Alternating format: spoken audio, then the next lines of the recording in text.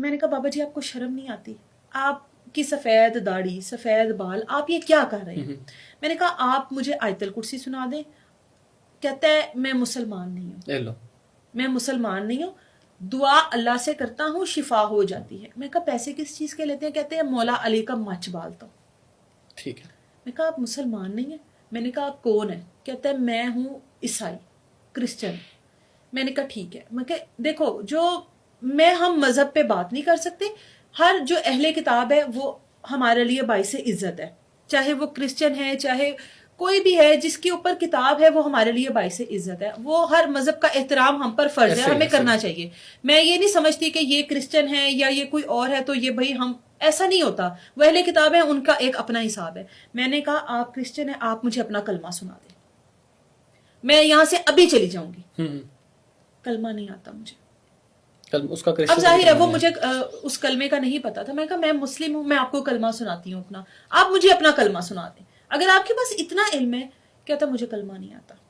مجھے کہتا ہے مجھے نماز آتی ہے. میں نے کہا کون سی نماز آتی؟ کہتا ہے یہ جو میرے بڑوں نے مرشدوں نے مجھے سکھائی ہے. اچھا وہ نماز نہیں پتا کیا تھی.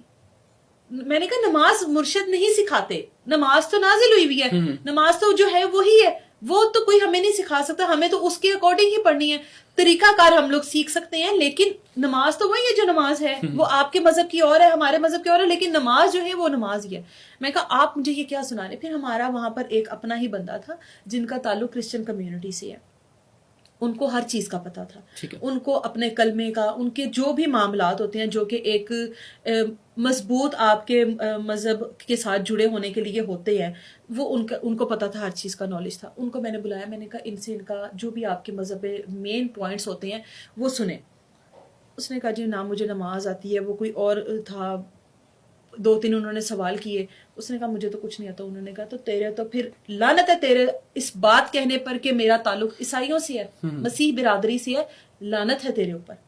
ان کا بھی نام بدنام کر رہے، ان کا بھی نام بدنام. وہ تو تپ گئے.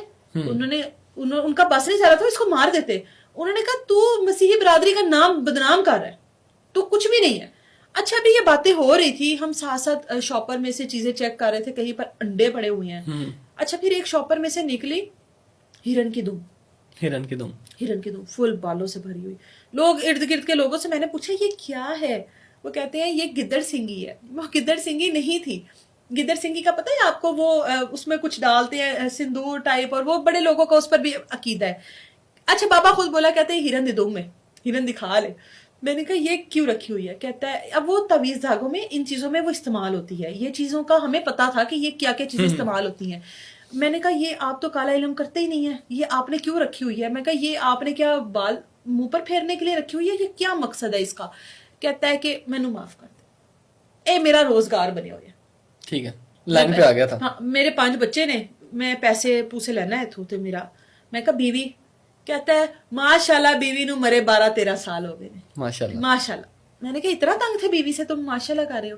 خیر یہ سارے لوگوں نے اس سے اپنے اپنے مطابق اپنی اپنی چیزوں کے مطابق سوال کیے، اس سے انویسٹیگیشن کی.